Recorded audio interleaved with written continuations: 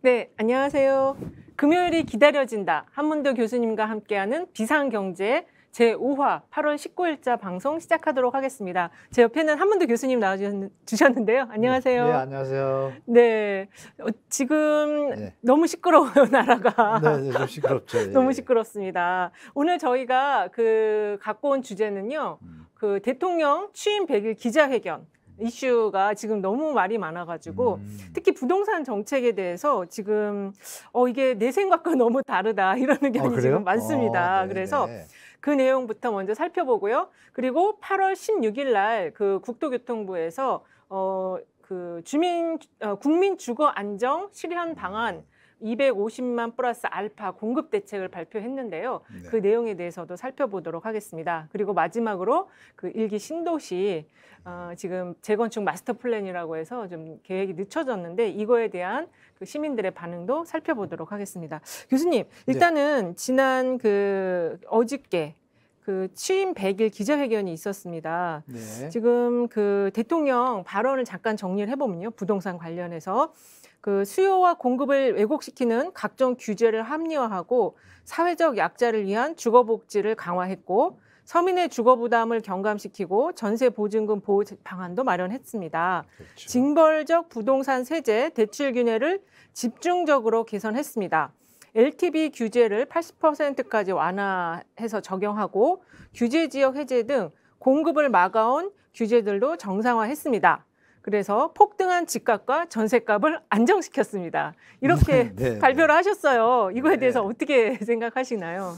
좀 국민들이 좀 당황하셨을 것 같아요. 일단 네. 전세 가격 하락에 대한 정책은 한 번도 없었고 네. 시장이 알아서 하락하는 것이고 금리가 네. 올라가면서 그리고 또 문재인 정부에서 예전에 이미 전세 대출의 한도라든지 LTV 같은 걸 조정해 놨었잖아요. 네. 도리어 확장을 했죠. 집값을 더 떠받치려고 했는데 전혀 반대되는 얘기를 해가지고 좀 전문가나 다들 놀랐습니다. 자기가 당신이 하신 것만 얘기하셔야지 네. 안 하신 거를 안정시켰다고 얘기하는 건 좀 어불성설인 것 같고요. 일단 내용을 보면 확정된 게 없습니다. 네. 아쉬운 건 뭐냐면 되게 장황하고 공급 계획은 좋아요. 네. 확대한다는 270만 원까지 좋은데 국민들이 기다렸던 거는 확실히 언제 공급하고 분양가는 어느 정도일까 이게 사실 1번이고 네. 근데 국민들 중에 대부분이 재건축 대상자는 아니잖아요. 네. 대부분은 무주택자가 1000만 가깝고 1주택자 중에 또 자녀가 계신 분들이 계시면 한 1500만 가구들은 공급 대책을 원하는데 네. 그거에 대해서는 명료하게 나온 게 아니라 이제 어바웃 로드맵만 발표를 해가지고 그리고 또 이 재건축 재개발 부분도 또 명료하게 네. 뭐 언제부터 시작 이것도 아니고 네. 법안을 정비화되는 내용들이 좀 많습니다. 네. 물론 고시를 고치는 이제 대통령령으로 고치는 게 몇 개 있긴 하지만 전체 던진 것 중에 한 12가지의 큰 줄기가 있는데요. 대부분이 다 법을 고쳐야 되는 거예요. 네. 뭐 초과이익 환수도 그렇고 재건축 네. 부담금도. 네. 그러니까 또 도심 복합에도 이제 15만 원을 뭐 공급하겠다고 했는데 뜻은 되게 좋은데 네.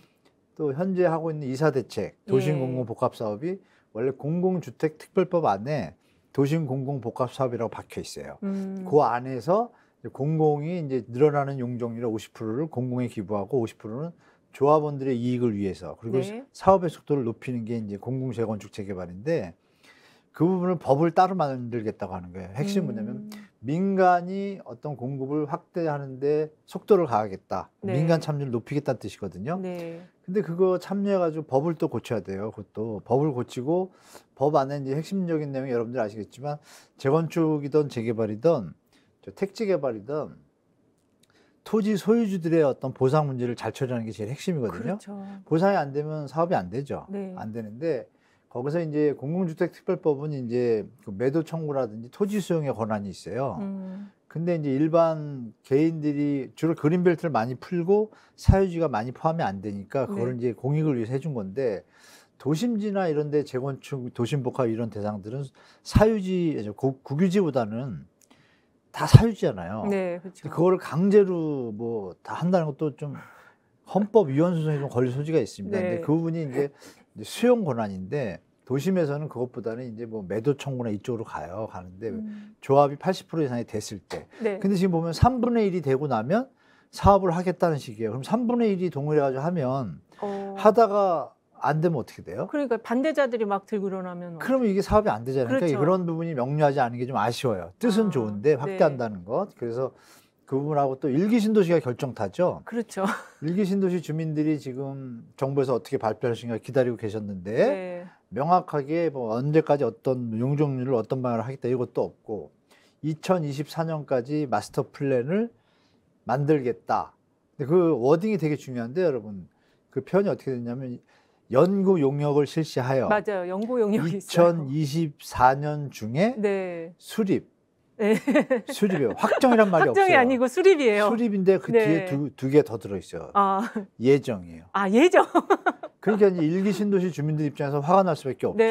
아니 뭐 하라는 거야 말라는 거야. 그렇죠. 아니면 그리고 또 일기 신도시 중에 분당 주민들은 또 리모델링 조합을 하던 중에 이 제도가 나온 바람에 기다렸잖아요. 그동안. 그렇죠. 기다리고 선거 때도 또 표를 던졌단 말이에요. 그러면 주민들이 재산권을 행사할 수 있고 자산 관리를 할 수 있게끔 가이드를 잡아줘야 되는데 그게 이제 결정타예요. 그래서 일기 신도시 뭐 좀 이따 자세히 내용을 다시 설명드리겠지만 저 동부 이천동 재건축 재개발도 그런 식으로 해가지고 발표했다가 용산 그 축제 마스터 발표했다가 용산이 깨지면서 동부 이천동 주민들 지금 신불자된 분들 많거든요. 자기 재산이 있음에도 그 부분도 나중에 따로 다뤄봤으면 좋겠는데 이것도 이제 분당도 그런 꼴이 될 수가 있어서 정부가 좀 선거용으로만 쓰지 말고 제가 항상 말씀드리지만 정치적으로 부동산을 접하지 말고 정책적으로 좀 접해주기로. 왜냐면 그게 또 24년이면 총선이잖아요. 그렇죠. 그게 좀 이상해요. 그래서 그렇습니다. 아예 그냥 2025년까지 한다 그러면 주민들이 결정할 거 아니에요. 난 그때까지 못 기다려. 우린 리모델링 할래? 뭐 이렇게 정해질 텐데 그게 좀 아쉽습니다. 상당히 전체적으로 뜻이나 방향성은 좋으나 확정된 게 하나도 없다. 그래서 국민들이 이게 발표야. 그래서 이 표현이 좀 적정한지 모르겠는데 방송상에서 이게 원현미라는 별명이 나온다는 거예요. 원현미가 뭐예요? 그러니까 우리 저 김현미 장관이 막 발표할 때 엄청 많은 걸 던졌잖아요. 근데 사실 김현미 장관이 했던 거는 인재 뒤늦게 효과를 보는데 이거는 뭐 효과를 보려고 확정적인 건 없고 뭐 그런 별명까지 나온다는 얘기까지 있어요. 그래서 이제 김현미가 아니고 원희룡의 현미다. 그래가지고 이제 김현미 장관이 잘못된 점에다 이제 새로운 게 잘못됐다고 시민들이 댓글을 다나 봐요. 그래서 제가 볼 때는 좀 하여간 국민들이 좀 실망한 정책 발표였다라고 마무리 짓겠습니다. 의도는 좋고 방향이 좋은데 확정된 게 하나도 없어가지고. 그렇습니다. 지금 마스터 플랜 예정 이 말이 정말 너무 황당한 말인데요. 지금 이제 교수님께서 16일 날 국토교통부 원희룡 장관이 발표한 그 서민 국민 주거 안정 실현 방안하고 그다음에 이제 어저께 어저께가 아니고 그저께 17일 날 대통령 기자회견 내용을 다 종합적으로 얘기를 해주셨는데요. 일단은 지금 그 취임 100일 기자회견과 관련해서 많은 분들이 들어와 주시고 계신데 많이 당황했어요. 이런 말씀도 있으시고, 당하신 분들 계실 거고. 모질이의 헛소리 아닌가요? 이런 의견도 있으시고요. 알맹이가 빠지고 두리둥실 할 줄 아는 게 있어야지 쯔쯔쯔 이런 의견을 주십니다. 너무 비판하시네. 대통령이신데 좀 그러니까 너무 비판이 세신데요, 지금. 정말 답답하더라고요. 이런 의견들을 보내주고 계십니다. 일단은요, 이 취임 100일 기자회견에서 그 부동산 정책과 관련해서 언론도 지금 반응이 안 좋아요. 지금 3개월 만에 무슨 안정을 했냐. 그리고 그 이중구라는 그 서울대 교수님께서도 이거 지금 자칫 잘못하다가는 부자 감세밖에 한 게 없지 않냐. 네, 맞아요. 정확하게 보시네. 근데 그렇게 하다가는 MB 따라간다 이런 우려 지적도 하셨거든요. 일단은 현 정부 들어서요. 부동산 정책이 한번 나왔습니다. 6월 21일 날 한번 유일 대책이 나왔죠. 유일 대책이 나왔는데요. 그것 때문에 지금 집값이 전체적으로 하향 안정화되는 건가요? 전혀 아니죠. 전혀 그거는 아니죠. 집값을 떠받치려고 던진 건데 시장에서 전혀 무시해버린 거죠. 시장에서 그럴 상황이 아니었습니다. 왜냐하면 80% 8월 1일부터 LTV 80%잖아요. 근데 뭐 거래량을 제가 말씀드리기 쑥스러울 정도인데 서울 아파트를 일단 말씀드려서 죄송하긴 한데 뭐 다른 곳도 다 비슷합니다. 전국적으로. 서울 아파트가 지금 7월 달 거래량은 8월 말까지 한 게 나오잖아요. 그렇죠. 제가 뭐 저 모두 방송에서 말씀드렸지만 서울은 월 평균 거래량이 한 2006년부터 18년 동안 한 6천 개 정도가 정상적입니다. 그래서 3천 개 이하면 이제 불황인 거예요. 근데 1월부터 6월까지 4천, 3천 내려오다가 뭐 4월, 5월 들으면서 1000대로 주저앉았어요. 그래서 이건 버블이다라고 제가 말씀드렸고 이제 꺼진다라고 말씀드렸고 그래서 7월 달에 이제 새 정부가 들어왔으니까 네. 7월 달 지금 현재 8월 20일이니까 열흘 남았죠? 네, 열흘 그렇습니다. 남았는데 네. 593입니다. 역대 대한민국 역사상 진짜 최저 거래량입니다. 오, 예. 6천 개의 10분의 1밖에 안 될 것 같아요. 예. 열흘 지나서 근데 중요한 건 뭐냐면 8월 1일부터 그 거래량은 이제 7월 달에는 안 잡히잖아요. 그쵸. 그럼 8월 달 거래량을 봐야 되잖아요. 네. 8월 1일부터 대출을 풀어줬으니까 생애 최초 80%. 네. 근데 지금 8월 내일이면 20일이고 주말이니까 20일 넘어간 거잖아요. 네. 그럼 통상 제가 말씀드리면 400개, 500개가 되면 그 두 달치 두 달 신공을 다 합쳐서 한 달치가 나오는데 보통 그동안 작년부터 제가 계산을 해보면 400개, 500개가 돼야 한 2,000개가 떠요. 네. 그게 안 되면 1,500개 수준을 먹는 거예요. 그러면 지금 그 20일 기준입니다. 제가 20일마다 한번 체크를 하거든요. 네. 근데 지금 100세기예요. 오. 8월 달에. 예. LTV를 80% 풀어줬는데도 시장이 냉랭해진 거죠. 완전히 심하게. 얼음 됐네요, 시장이. 얼음보다 더 심한 표현이 있다면 하고 싶은데 빙하. 아는 단어, 빙하 수준입니다. 빙하 수준. 빙하 네. 수준에서 시장이 지금 전혀 뭐 부동산 정책에서 LTV를 풀어가지고 거래량을 늘리고 싶었지만 네. 그게 이제 가격을 받치게 되잖아요. 네, 사게 그렇죠. 되면 그게 이제 또 생애 최초니까 2030 세대들이 다 해당되잖아요. 많이. 네. 2030 세대들이 파악을 한 거예요. 이 정부가 집값을 잡으려는 것보다는 젊은이들을 이용해가지고 이 비싼 집값을 떠받치게 LTV를 풀었다라고 네. 소문이 나기 시작한 거예요. 그리고 그러니까 제가 생각해도 집값이 내려갈 때 풀어주면 더 좋잖아요. 그렇죠. 그거 왜 지금 풀어요? 이 비싼 집값을 그렇죠. 사라고. 이제 막 지금 떨어지고 있는데. 네, 그래서 그게 이제 지지율 하락으로도 또 이어졌다고 저는 봐요. 그래서 예. 부동산 정책을 소장님이 말씀 주신 것처럼 그 집값을 6.21 대책 때 전혀 반대되는 대책을 던진 것이 임차인 코스프레하고 내용은 부자 감세, 부자들 있는 자들 위하다 보니까 네. 그게 이제 요번에는 이제 확정을 못 짓고 요번에도 몇몇 내용은 또 이렇게 바치려는 내용들이 있는데 네. 확정을 못 진 거예요. 네. 그래서 제가 볼 때는 정부도 지금 이 국정 지지율에 대해서 민감하게 반응하는 것 같습니다. 부동산 정책도 잘못 던지면 이거 진짜 이건 빙하 밑으로 가거든요. 그래서 제가 볼 때 정부도 되게 고민하는 흔적이 아주 역력합니다. 여러 부분에서. 네. 일단은 정부도 고민하는 흔적이 역력하긴 한데 그거를 자꾸 좀 저는 제 느낌은 대책을 자꾸 미루는 느낌이에요. 미룰 수밖에 없죠. 그렇죠. 그냥 가려고 했는데 지금 저 지지율이 40~50%면 네. 지금 지지율이 20%입니다. 여기다 이렇게 저 철판 불볶음 철판 딱 깔고 네. 갈게 그게 보이는 게 뭐냐면요. 네. 여러분. 청년 원가 주택을 뭐 여야 할 것 없이 대선 전에도 뭐 반가, 원가 이런 얘기 많이 들으셨잖아요. 네. 지금 청년들은 거기에 또 열광을 했었어요. 그렇죠.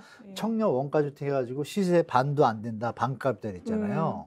그 홍준표 후보도 또 반값으로 딴 거 던지고 쿼터 뭐 이래가지고 4분의 1 4분의 1 이래가지고 값. 네. 반도 비싸다, 4분의 1이다 이랬는데 네. 지금 여기 그러니까 이번 정부의 원희룡 장관한테 제가 좀 섭섭한 게 그거예요. 왜 명료하게 떳떳하게 안 하는지. 그러니까요. 저번에도 이렇게 뒤에 끝에다가 이상한 걸 다 놓던데 네. 이번에 청년 원가 주택은 또 어떻게 돼 있냐면요. 시세의 70% 이하 이 표현이 들어가 있어요. 딱 네 글자. 그 말이 답이죠. 네. 왜 갑자기 반값에서 바뀌죠? 그렇네요. 청년들 실용하는 것도 아니고 예. 그러면 설명을 해야죠. 그렇죠. 그거를 저쪽 끝에 가로치고 써놨어요. 가로치고. 보이지도 않아요. 저 같은 사람이나 보지. 네. 또 그래서 제가 방송에 얘기를 하는데 기자들이 또 안 써요. 그렇죠. 이것도 문제예요. 기자분들도 써줘야죠. 그게 기자들이 또 이렇게 대책이 워낙 많으니까 놓치는 부분도 있을 것 같아요. 가로치고 해놓으면 그게 중요하지 않은 못 걸로. 보실 수도 있구나. 예, 못 저는 볼 수 이제 있어요. 맨날 보니까 보이는 네. 거고. 그런 부분들이 몇 개 있습니다. 있어가지고 또 재개발 재건축을 활성화한다 그러는데 아까 말씀드린 3분의 1. 네. 신탁사 3분의 1 되면 아니 50%도 안 됐는데 신탁을 맡기고 일을 하면 어떻게 해요? 말이 안 되잖아요. 그러니까요. 주민들이 하는 것도 아니고 네. 나중에 문제 생기면 소송 생기면 어떻게 되죠? 그러면 이제 다 같이 망하는 거예요. 진짜 소송 난장판 되는 거예요. 그렇죠. 정부가 막 책임도 없고 네. 아무것도 없잖아요. 이건 네. 좀 심각합니다. 제가 볼 때. 그래서 지금 그 원희룡 국토부 장관이 주무장관으로서 네. 대책을 내는 태도나 이 방식이 그래도. 뭐가 있는 것처럼 발표하겠다 뻥 터뜨려 놓고 알맹이는 빼놓고 그거는 한 달 뒤에 또는 1년 뒤에 발표하겠다 이렇게 해놓고 세부적인 걸 또 되게 많이 해놔요. 그러고 나서 또 이 지금 그 16일 날 공급대책 발표한 그 다음 날에는 그 18일 날 그 공동주택 층간소음 개선 방안 해갖고 약간 또 우리 시민들이 관심 있어 할 만한 건 또 하나 맞아요. 조그만 걸 또 발표하고 이런 식으로 막 여러 가지를 발표하다 보니까 중요한 게 뭔지 나중에 헷갈리고 헷갈리죠. 잊어먹게 되는 거예요. 네. 그런 작전을 좀 쓰고 지금 있어요. 그런 작전을 쓰고 네, 있는 것 맞아요. 같습니다. 너무 불확실해. 그러지 마십시오, 저 장관님. 왜냐하면 투명하게 국민들한테 네. 앞으로 주택을 어떻게 정책을 하겠다 그냥 하시면 될 걸 왜 그러니까요. 도대체 무슨 생각을 하고 계신지 좀 이해가 안 돼요. 저는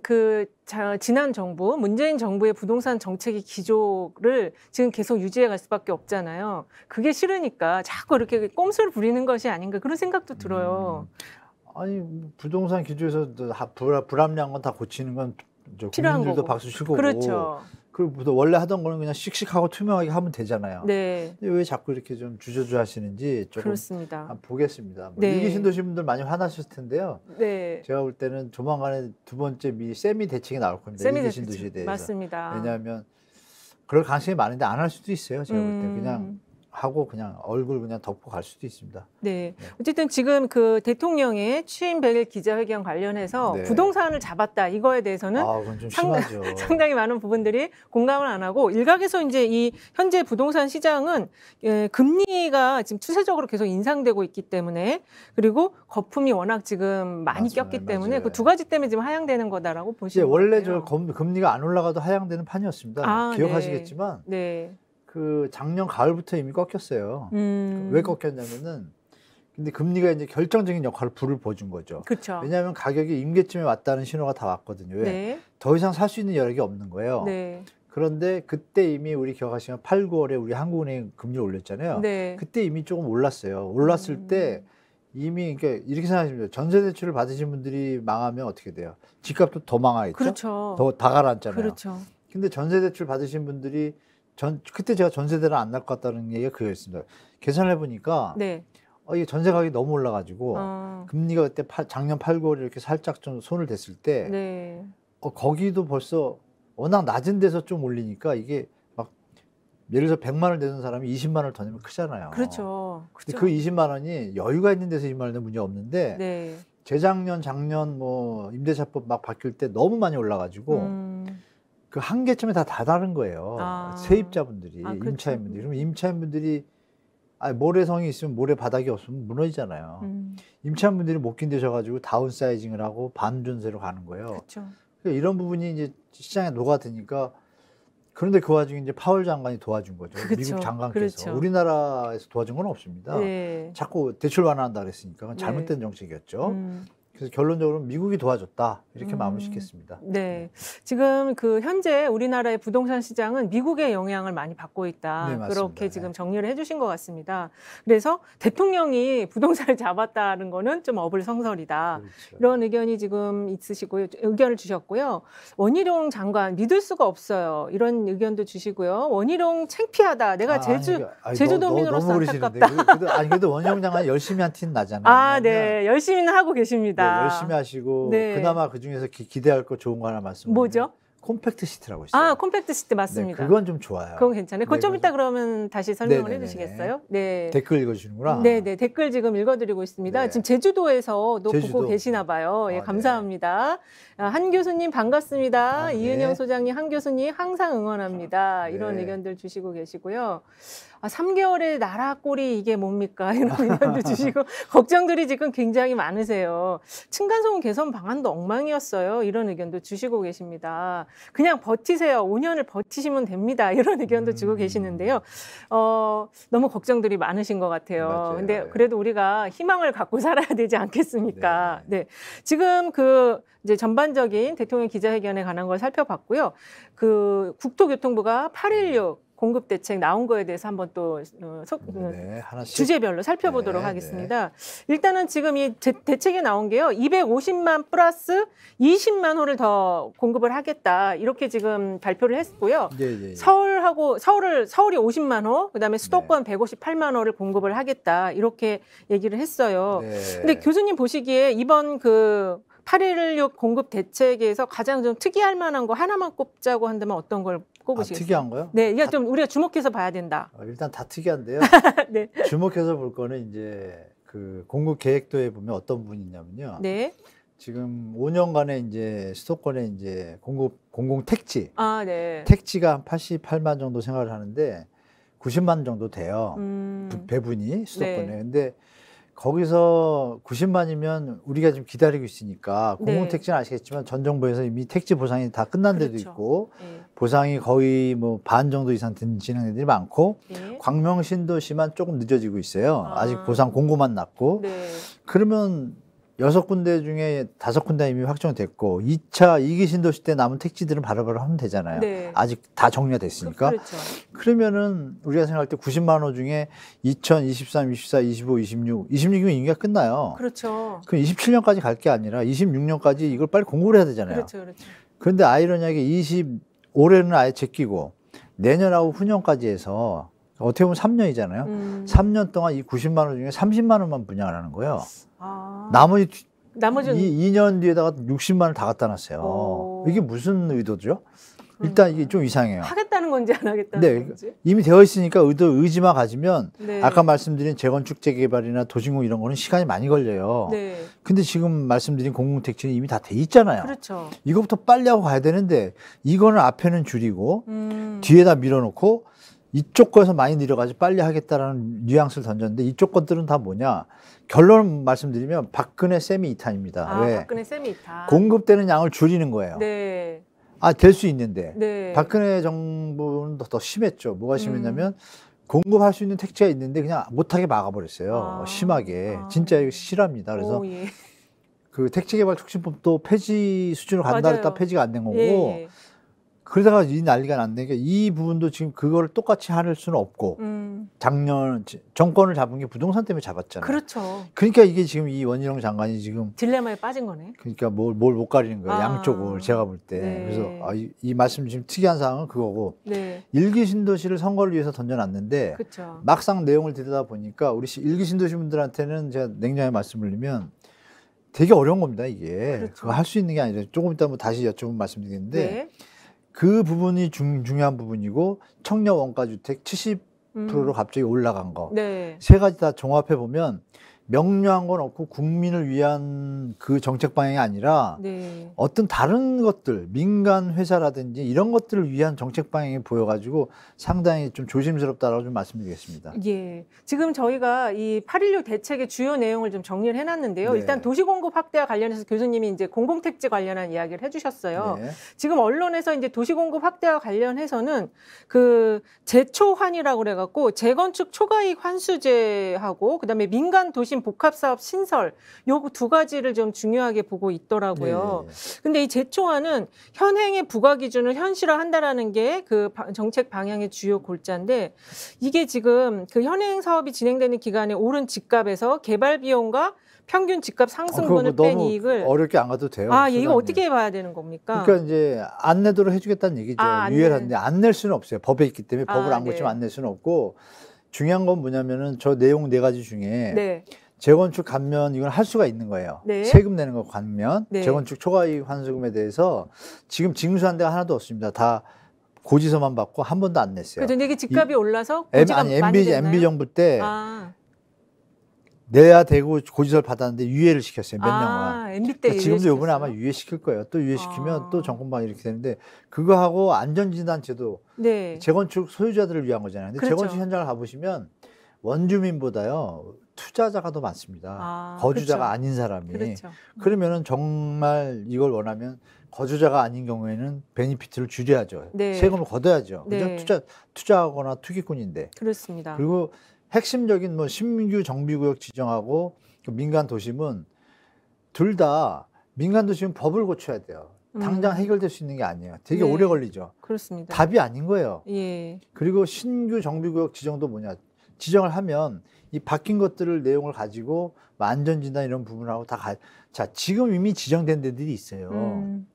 지금 있는 거 빨리 할 생각해야 되는 게 정상 아닌가요? 그렇죠. 이상한 걸 더 끌어 들어가지고 일의 효율성을 높이려면 하던 거나 잘해야죠. 그렇죠. 그러니까 제가 의아한 게 뭐냐면 250만 원 늘린 것 중에 이 80만 원 가까운 물량이 재건축 재개발 도심 공공이에요. 그럼 다 뭐예요? 엄청 많네요. 소유주들이 오케이 안 하면 할 수 없는 그렇습니다. 거예요. 그럼 빼면 네. 결국은 또 공공택지만 남잖아요. 그렇네요. 그러니까 제 말의 요점이 뭐냐? 네. 공공택지만 열심히 해도 재건축 재개발은 원래 하던 대로 할 사람 다 할 거고 네. 완전지당 안 하든지 이렇게 조금 속도를 내주는 건 좋다 이거예요. 근데 이제 민간도심처럼 신탁사에 맡기게 되면 어떻게 배가 갈지 몰라요. 네. 그러니까 이렇게 막 너무 혼재돼 가지고 그러는 와중에 혼재된 상태에서 결국은 재건축을 유예한다든지 이런 좀 있는 그러니까 네. 이 주택의 공급을 확대하는 쪽보다는 확대하는 척하면서 속도를 느리고 있잖아요. 네. 이런 부분이 이게 전문적으로 좀 다시 한번 분석해봐야겠다. 그리고 다 한두 달 안에 어떤 개편안을 던진다 그랬거든요. 네, 맞습니다. 거기에도 아마 명락이 안 나올 거예요. 제 생각에. 이렇게 가면서 결론이 뭐예요? 집이 공급되는 걸 속도를 늦추는 거예요. 이건 아주 잘못된 건데 이거 국민들이 모르실 것 같죠? 네. 압니다. 그래서 제 생각에 이렇게 중요한 부분인데 청년 원가주택도 하여간 지금 약속을 좀 어긴 거니까 네, 이런 네. 부분들 너무 산재해가지고 제가 뭐부터 다 중요해가지고 너무 많아가지고 나중에 네네. 저희가 요거를 중요한 것들은 다시 뽑아가지고 보는데 일단 네네. 개괄적으로만 접근해 볼게요. 네네. 그 신규 정비구역 지정 확대는 기존의 거 공공택지를 먼저 하지 왜 또 추가 지정을 하느냐. 네네. 그 얘기를 하시는 거고. 그렇죠. 예. 그리고 지금 민간 도심 복합 사업과 관련해서는 이게 이제 신탁사와 리츠 등 민간 전문 기관이 이제 들어가서 할 수 있게 하는데 이건 법을 바꿔야 되는 거다. 법이 바꿔야 되는데 그럼 법 만드는데 1년 걸리지 그렇습니다. 않을까요? 여기 지금 발표에도요. 연말에 도심복합개발법을 제정을 하고 내는 거잖아요. 네, 그리고 내년에 상반기에 공모를 하겠다 이랬어요. 그거는 자기 생각이지. 왜냐면 자 법이 통과돼야지 내년에 하는 거잖아요. 그렇습니다. 안 되면 어떻게 되죠? 안 되면 못 하는 거죠. 못 하죠. 네. 그러니까 이런 좀 헷갈립니다. 제가 많이 헷갈립니다. 솔직히. 네, 그래서 이거를 지금 하겠다는 거냐 안 하겠다는 거냐 비전만 청사진만 제시하는 거 아니냐 이런 얘기가 있고요. 그다음에 이제 주거환경 및 안전 강화와 관련해서는 그 일기 신도시 이제 재정비 및 지방 주거환경 개선인데 요거는 저희가 별도로 빼서 좀 이따가 세 번째 네네네. 이야기를 해보고요. 그다음에 지금 이제 계속 얘기해주신 주거사다리 복원과 관련해서 네. 청년원가 청년원가 역세권 첫집 공급입니다. 예, 예, 예. 요거와 관련해서는요, 이 대상층이 19세에서 39세 이하고 신혼부부는 결혼 7년 이내를 이제 대상으로 하고 네. 있고요. 그다음에 소득 요건은 민간 신혼 특공 월평균 근로자 소득 140에서 160% 이하로 검토하고 있다. 이렇게 얘기를 하고 있어요. 그리고 입지는 조금 더 좋은 지역으로 지금 물색하고 있다. 이래서 남양주 왕숙 이게 원래 3기 신도시 지금 지정된 데들 있잖아요. 네, 맞아요. 남양주 왕숙하고 고양 창릉하고 하남 교산을 우선 대상지로 하겠다. 시범지요. 네. 그러면 지금 과천도 3기 신도시인데 거기 왜 뺐을까요? 자기들 마음이죠. 네, 그거는 정부 마음이군요. 네네. 네, 거기가 사실은 제일 많이 기다리는 데가 과천 지역이거든요. 그러니까 이제 좀 묘하죠 보면. 네, 네, 청년을 엄청 위하는 것 같은데 네, 원래대로 하면 용산정비청 이번에 4,000세대 올해까지 발표해야 돼요. 네. 사전 청약이에요. 원래대로 하면 그렇습니다. 스케줄이 이미 준비가 다 돼 있어요. 어느 정도. 그런데 싹 들어갔잖아요. 얘기 없잖아요. 네, 청년 원가주택 지금 말씀하신 시범 지역이 청년들이 지금 거기서 직장이 있지 않잖아요. 그렇죠. 다 서울에 있죠. 서울에 있는 것을 원하는 게 기본이잖아요. 서울 근교나 붙어 있는. 네, 근데 그런 내용이 없잖아요. 없습니다. 그러니까 지금 이번 정부의 특성은 뭐냐면 네. 특별한 성격이 있어요. 보니까 뭘 할 듯이 다 해놓고 딱 안을 보면 아무것도 없거나 그러니까요. 아니면 엄한 데를 지원해주는 네. 아주 그 트릭을 잘 쓴다 그럴까요? 그런 느낌이 들어요. 아까도 말씀드린 것처럼 청년 원가 주택에 대해서 반값이라고 얘기를 했는데 네. 갑자기 70% 이하로 시세 70% 이하로 싹 바꾼단 말이에요. 네. 그러면 뜻을 던지는 거예요. 지금 지금 제가 계속 얘기하고 있는데 제가 요새 다른 방송 많이 못 나가고 있는 상황이 돼가지고 이게 전달이 막 돼서 간을 보는 거죠. 네. 시장에서 조용하면 이거를 그냥 밀어붙이면 청년들이 어떻든 말든 제껴버린다는 이건 잘못된 생각이잖아요. 그렇습니다. 그러면 대통령 저 원희룡 장관께서 설명을 해야죠. 네. 설명이 없었고 네. 청년 원가 주택에 대해서는 아마 바람 없는 말이 뭐 천리를 간다고 이 내용을 알게 되는 순간 청년들은 아마 다시 한번 화가 많이 날 겁니다. 네. 그래서 그리고 또 용산 정비청이라든지 삼각지라든지 좋은 지역에 이미 그 이전 정부에서 또 추첨제를 뭐 청년들한테 사각지대 있는 분들한테 많이 가도록 한다 그랬는데 네. 청약제도 개편한다고 이렇게 이번에 정부가 많이 했거든요. 추첨제 높인다고. 그 얘기는 또 이번 대책 한마디도 없어요. 그러니까요. 관심 지역은 쏙 빠지고. 그러니까 묘하잖아요. 네, 관심 묘해요. 지역은 빠지고 청약제도 개편 기다리는 청년들이나 사각지대에 있는 분들한테는 전혀 소식도 없고 네. 그냥 청사진만 다 늘어놓고 이건 정말 무슨 무슨 굿하는 것도 아니고 전혀 이해가 안 됩니다. 그러니까 솔직히. 뭔가 큰 걸 선물을 지금 마련해서 준 것처럼 하는데 알맹이는 없고. 이런 깊은 뜻이 있을 수도 있겠죠. 네. 이렇게 소장님하고 저하고 문제점에 대해서 파악을 하고 네. 지적을 하고 이러면 이걸 받아들인 다음에 시장 반응이 이거에 대해서 비판적이겠다. 그러면 그거 걷어들일 수 있는 거고. 그렇죠. 다 예정이니까 지금. 네. 그죠? 다 예정이니까. 그래서 이렇게 깊은 뜻을 가지고 하지 않았나. 네. 그래서 뭐 그렇게 좋게 생각할 수도 있을 것 같습니다. 우리 시민분들이 다 전부 다 예정이에요. 그래서 강렬하게 반발하시면 다 못할 것 같아요. 그럼 당연하죠. 예. 자, 그래서 지금 이 주거사다리 복원과 관련해서 청년 원가 역세권 첫집 공급도 상당히 지금 우리가 기다리던 데하고는 네. 좀 다른 지역들이 우선 추진하겠다라는 내용이 예상외죠. 나왔습니다. 그래서 예상외입니다. 그리고 사실 지금 시장에서는요, 이 재건축 관련한 내용을 보고서 이거는 안 하겠다는 거다 이런 반응을 보이고 있어요. 맞아요. 예, 그래서 지금 정부의 정책이 우리가 잘 모를 것 같지만 다 꿰뚫어 보고 있습니다. 제가 하나 빠진 거 좀 말씀드리는데 네. 그 주거사다리 복원 좀 아까 답변 드린 것 중에요. 네, 리츠가 들어갑니다. 네, 리츠 부분. 네, 이게 내 집 마련 리츠인데요. 네. 이게 변형된 박근혜 정부 때 뉴스테입니다. 아 그래요? 기업 특혜주는 기업들이 빠지고 이제 리츠 회사가 들어가는 거예요. 근데 그 너무 비싸서 못 들어갔는데 그때도. 비싼 게 아니라 나중에 수익을 네. 다 리츠 회사가 민간이 가져가요. 리츠가 다 가져가는군요. 국민들이 가져가는 게 아니라 예. 말은 이렇게 써 있죠. 임대 거주 분양 여부 자유롭게 선택 가능. 네. 당연히 분양받고 싶죠. 그렇죠. 10년 거주에 똑같아요. 이게 아. 나중에 또 하나의 섹터 이것만 해도 1시간 걸립니다. 제가 내용을 네. 알기 때문에. 그래서 리츠를 그러면 리츠라는 게 뭐예요? 정부에서 빌리는 지을 돈이 없으니까 네. 돈을 모아서 자금을 주면서 그 사업을 유지하는 거잖아요. 그러면 리츠 이 수익률이요. 최소 4~5%에서 7% 줄 겁니다. 그러면 리츠 회사 살릴 게 아니라 국민들 지금 어려운데 네. 국민들 돈 모아서 해도 되잖아요. 네. 나라에서 좀 행정만 봐주고 국민 리츠하면 되죠. 그렇죠. 돈이 필요하다라는 그렇죠. 거죠. 예. 국민들이 알아서 다 낼 거 아닙니까? 네. 정부가 보증 쓰는데 누가 이거 돈 안 내겠어요? 그럼 그 수익은 누가 가져가요? 국민이 가져가잖아요. 그렇습니다. 그리고 교묘하게 또 이건 뉴스테이 때도 뭐예요? 뉴스테이의 사업의 집안채가 3억이다 그러면 보증금이 1억이에요. 그리고 나라에서 국민주택기금을 리츠화해서 투자해줘요. 네.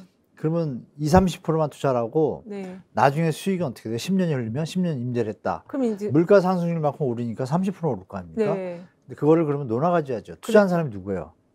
그- 이 공사비는 이미 뺐어. 그렇죠. 다. 그죠? 예. 그럼 30% 나가는 게 맞죠. 맞죠. 다만 임차인은 음. 사용한 게 있으니까 그러면 좋다 이거 4 정도 이해가 조금 되는데 덜 받고. 예. 뉴스테이 때는 뭐냐면 그 회사가 다 가져가는 거예요. 거의 대기업이었어요, 그 회사는. 그래서 특혜를 가지고 비리하고 난리 나서 없어진 거예요. 없어진 네. 게 공공지원 민간 임대주택으로 바뀌었습니다. 바뀐 걸 또 새로운 걸 또 이렇게 끼는 거예요. 네. 그래서 이거는 감시 대상입니다. 제가 볼 때.